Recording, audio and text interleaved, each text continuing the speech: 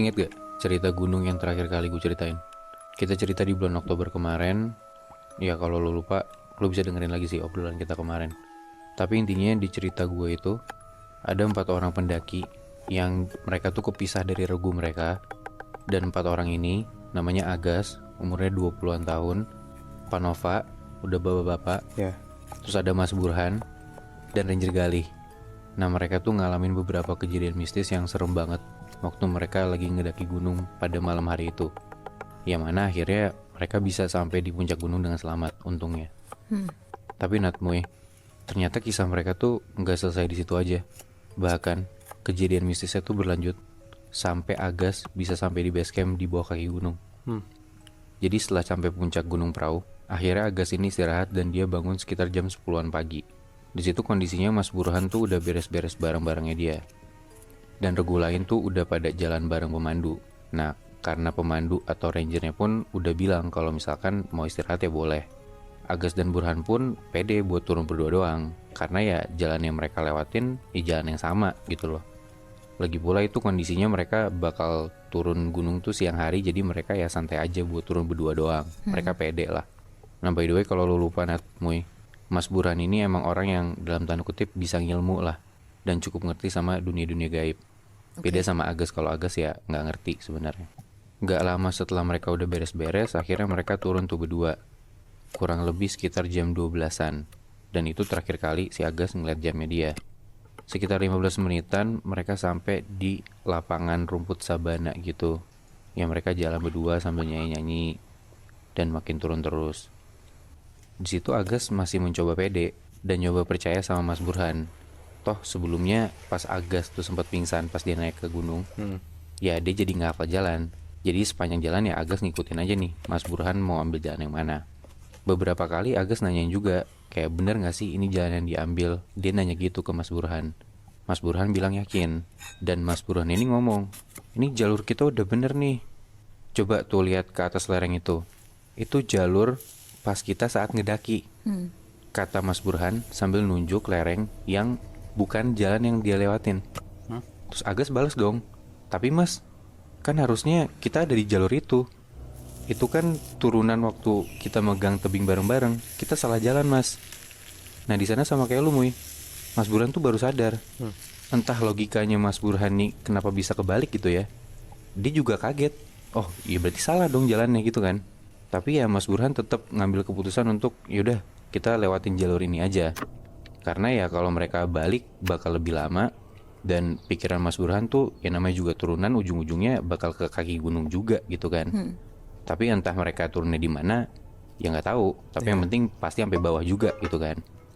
Sampai akhirnya mereka jalan terus dan masuk ke area pepohonan gitu Natmoy. Medan tuh makin terjal dan makin gak ada suara-suara burung. Yang tadinya tuh langit cerah banget, itu berubah jadi mendung, bener-bener gelap kayak udah maghrib. Dan gak ada orang sama sekali, sepi banget Natmoy. Cuma mereka berdua doang berarti. Cuma mereka berdua doang. Mereka masih coba buat jalan terus lanjut. Dan tiba-tiba jauh di depan mereka tuh ngeliat ada satu orang pendaki. Posturnya kayak laki-laki. Mereka kejarlah si laki-laki ini. Tapi rasanya tuh makin dikejar makin kayak jauh gitu loh. Dan pas coba diteriakin, orang ini cuma nengok ke belakang, tapi gak berhenti sama sekali. Kayak gak ngegubris Burhan sama Agas gitu loh. Mereka mesti coba tuh buat kejar si orang ini. Dan gak lama untungnya mereka sampai ke si orang ini, ke si pendaki ini. Yang si pendaki ini tuh kelihatan tatapannya kosong gitu Muy. Dan lagi bengong ngeliatin semak-semak. Pas pundaknya ditepok, si orang ini tuh kayak kaget dan baru sadar gitu loh. Terus dia ngomong, maaf saya harus buru-buru sampai di semak ini, makanya saya gak nungguin kalian. Sambil si pendaki ini kayak nunjuk semak-semak yang ada di samping dia. Singkat cerita setelah udah kenalan ya sebut aja nama mas-mas ini Mas Ali gitu ya. Dari perawakannya umurnya sekitar 30-an. Gak kelihatan jelas banget mukanya gimana karena ya yang tadi gue bilang di situ kondisinya mendung gitulah, udah rada gelap. Udah tuh mereka jalan diantar sama si mas ini. Mereka jalan terus ke bawah. Makin lama jalanan mulai gak seterjalan sebelumnya. Dan Mas Ali ini bilang sebentar lagi kita bakal sampai di sebuah pertigaan. Dan disitulah mereka bakal pisah. Wah agak seneng banget tuh. Karena juga kata Mas Ali kan tinggal 30 menit lagi mereka bakal sampai ke base camp. Jadi semangat banget lah si Agas. Tapi Nat, Moy, pas Agas iseng ngecek jam tangannya, dia tuh kaget banget. Sampai nelan ludah, saking kagetnya dan paniknya dia. Lu inget gak pas terakhir kali Agas ngecek jamnya pas dia mau turun dari puncak? Jam 12. Jam 12. Sekarang setelah mereka udah jalan jauh banget, itu jam 12 lebih 10 menit. Jadi kayak mereka cuma 10 menit jalan. Dan itu gak mungkin banget kan. Mereka udah turun lama banget. Bahkan ya gak mungkin 1 jam doang dong. Kan tadi Mas Ali bilang juga 30 menit lagi sampai bawah. Iya. Ya mereka dari puncak turun ke bawah aja udah berapa jam harusnya kan. Itu bukan jam yang rusak, itu bukan kan, Bi? Nah bukan Muy. Si Agas tuh juga dia nyoba positive thinking. Kayak ya mungkin jamnya mati gitu. Iya. Tapi ya dia ngerasa gak mungkin juga. Gara-gara dia bilang kalau jamnya tuh jam Casio Moodman, tahan banting, dan bahkan dia baru beli 2 bulan yang lalu. Jadi kayak ya dia bingung, cuman ya udahlah dia mencoba positive thinking gitu. Dan lagi kondisi di situ tuh gak angker gitu loh, cukup enak lah jalanannya. Tadi kan gue bilang udah gak mulai terjal, udah mulai enak medannya gitu. Gak lama kemudian akhirnya mereka sampailah di sebuah pertigaan yang dimaksud sama Mas Ali itu. Buru-buru tuh Agas ngejauh dari sisi Mas Ali ke arah Mas Burhan. Terus Mas Ali ngomong, saya cuman bisa antar sampean sampai sini aja, karena area saya cuman dari sini sampai jalur ke atas tadi. Dia ngomong area Nat, Muy. Terus Mas Ali ngomong, kalian silahkan teruskan ke arah kiri, jangan lurus. Lurus itu tembusannya lereng. Silahkan Mas, semoga selamat sampai di jalan. Titip salam dari saya buat teman-teman ranger di base camp ya. Bilang kepada mereka kalau saya masih ada di sini. Mas Burhan jawab dengan sopan, siap Mas Ali. Kami berdua ucapkan terima kasih sebanyak-banyaknya atas jasa Mas Ali udah temenin kita.